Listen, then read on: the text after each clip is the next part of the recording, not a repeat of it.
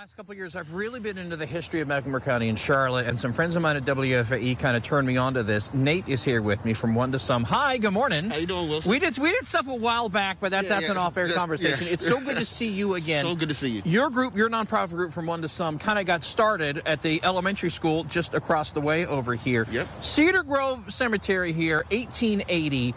What is this behind us, and why is this so important? Well, I have history in this area, whereas I started my snack bag program here at this elementary school. From One to Some is a nonprofit geared towards helping single families with a focus on single fathers. My father was a single parent, so we have history in this area. We've been working in this community for a little while now. So the cemetery, we've come out here to actually help clean and restore the cemetery to bring it back to its former glory. I've been talking to some of the residents that live in the community, and they would love to have this cleaned up. So that's what we've done. We come out here with Kevin, who's actually started the program, to actually clean up this cemetery to give back to the community. UNC Charlotte, some students up there are involved, a master's history student who we're going to chat with a little bit later on. I've had some fascinating conversations with Kevin so far here. We're going to tell you more about this.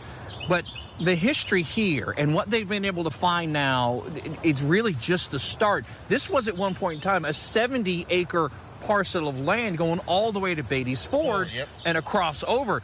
This was a big area here, and they've already been able to kind of determine some of the tombstones with the history here, and we're going to tell you more about that here in just a little bit. Why is it important to you to preserve history like this? There's a ton of history here, and I want to give it back to the community. Like I said, it's been overgrown, it's been neglected a little bit, but as we've been out here uncovering some of the grave sites and things like that, we've uncovered a lot of history. We want to get this restored and bring it back to its former glory so that some of these students can come by and see what some of their elders had done and who these people were. This area has been abandoned for quite a while, as you can see. Just a few weeks ago, it looked very different from this. Very different. We're going to tell you ways that you can learn more. Also ways that you can help in a very organized way, because don't just go wandering through here, because the things kind of... We'll get into that, too, a little bit later on. This is an amazing story. Where can people find out more about From One to Some? You can look on Facebook, Instagram, From One to Some.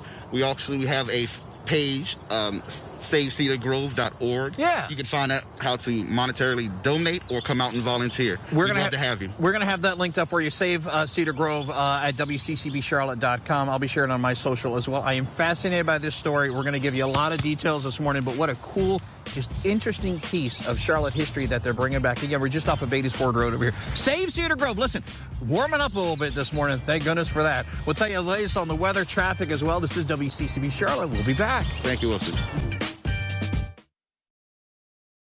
They're working hard to preserve an African-American cemetery dating back to, what, the 1880s? Is that right, Wilson? Yeah, the 1880s. You can see the sign here behind me. Good morning, everybody. These are the kind of stories that I really love sharing with you all, because I'm learning as you're learning. And I have Mr. A, an educator, here with us. This cemetery has kind of really got some momentum here the last couple of weeks. You were an educator. You were a teacher here at University Park School. That is correct. And you can almost see kind of in the background here, as an educator for you, and kind of knowing this area, why is this so important? Well, I think this is a fabulous story. The people interred here are the leaders and pioneers that built this community, this black community, it being Black History Month, and these being undertold stories. There's a great opportunity for these kids to take some pride in where they come from, learn about the success and opportunities that their forefathers and mothers have created here in this very community that they live now. We'd love to see it come back to what it used to be, and I think telling these stories and getting the kids involved in what's happening here is going to be a fantastic opportunity. We have, speaking of educators, and there's a master's history student who's kind of taking the lead on this, Kevin. We're going to chat with him in the next hour. Please stick around for that. What he and his team over at UNC Charlotte, what they've been able to kind of determine with some of the history, and just uncovering now what they're going to be able to do if we can get more of this kind of cleared out and more research going on. That's such a great opportunity for just to acknowledge some of this history. This has been abandoned for so long. Well, it's a shame, because the fact that this place has fallen on disrepair is a little bit reflective of what's happened in this neighborhood over time.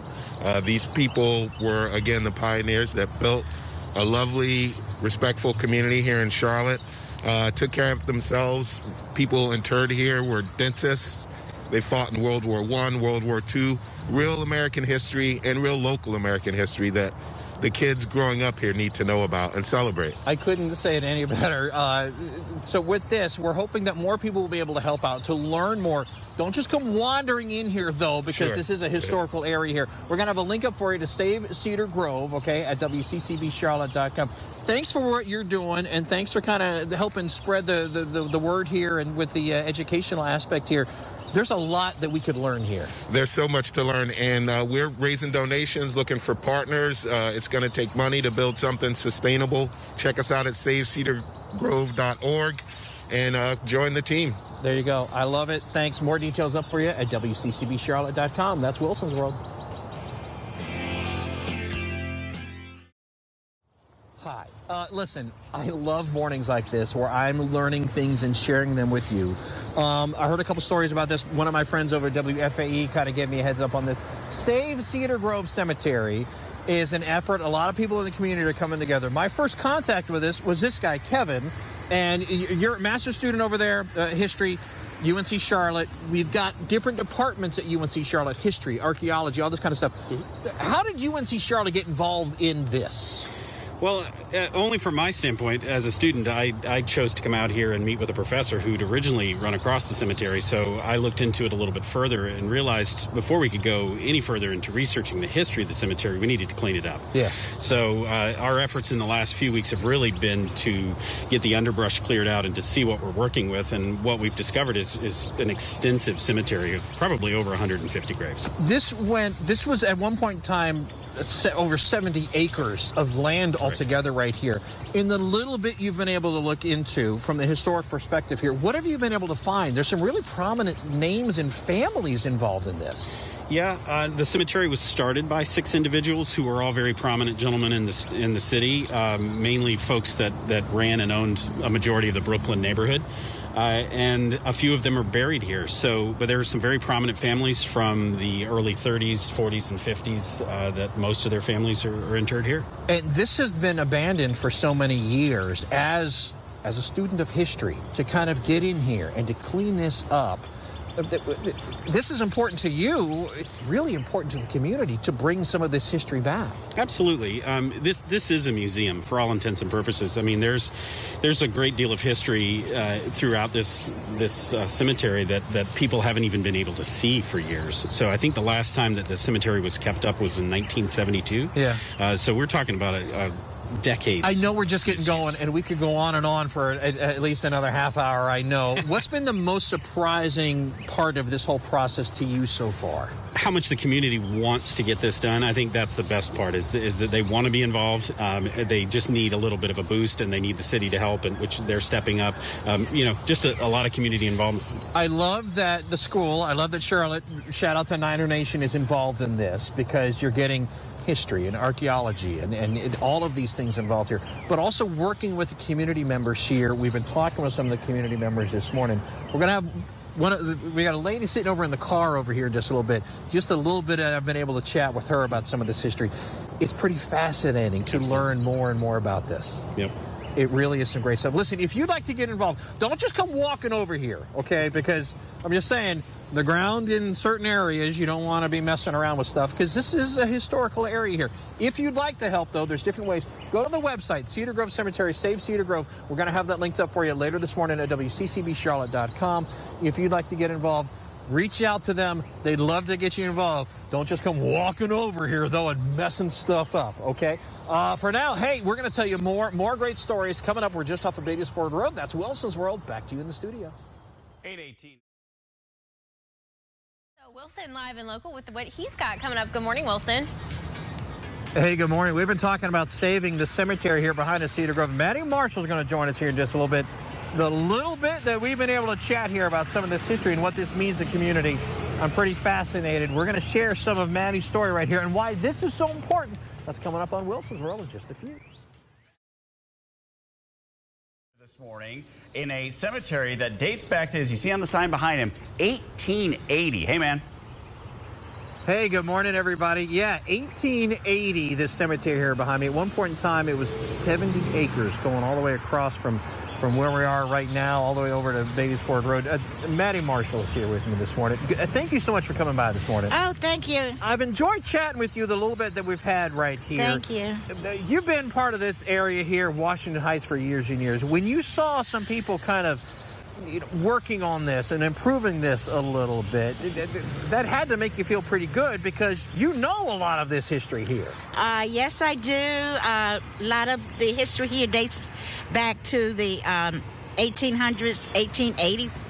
But more importantly, the neighborhood, historic Washington Heights, also dates back to 1910, named in honor of Booker T. Washington. So we got to begin to make those connections with this history and the surrounding areas where we are to tell a story.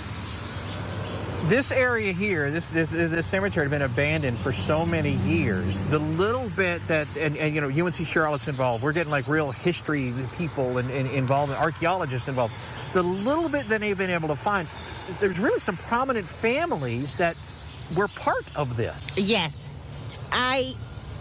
One of the pictures I took many years ago was one of the bishops with the AME Zion Church. Yeah. So I love to see the AME Zion Church and their families get it more involved in this particular area because there's a lot of rich history. It really is. And that's one of the things that was one of the stories we're telling. We're hoping that more people would want to get involved and help tell this story. If here in the next year or two, we can kind of bring this back and really document some of this history, what would that mean to you? That would mean a lot to not only me, but the residents and future generations. As we know, our history is so important.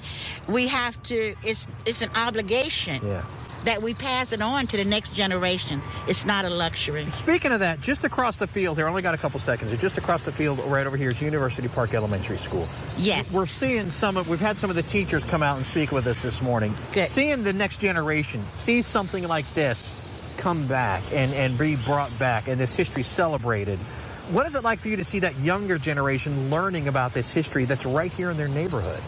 I think they would be greatly appreciative of it. This way they can begin to write the stories, tell their stories, and, pass, like I say, pass it on to the next generation, their generations in the future. Well, thanks for that. Thanks for coming out here today. Thanks for what you and your neighborhood group or your historic group's doing with the Excelsior Club as well. As a music fan here, we've been talking about that a little bit here. Excited about that. Listen, we're going to have a link up to the Save Cedar Grove here. We're going to have that linked up for you at WCCBCharlotte.com. Please log on there. We barely scratched the surface this morning. Barely. You can read a lot more. You can help out as well. We're going to help you with the weather and all kinds of good stuff still to come this morning and some more fun. This is WCCB Charlotte. We're live, we're local, and we'll be back.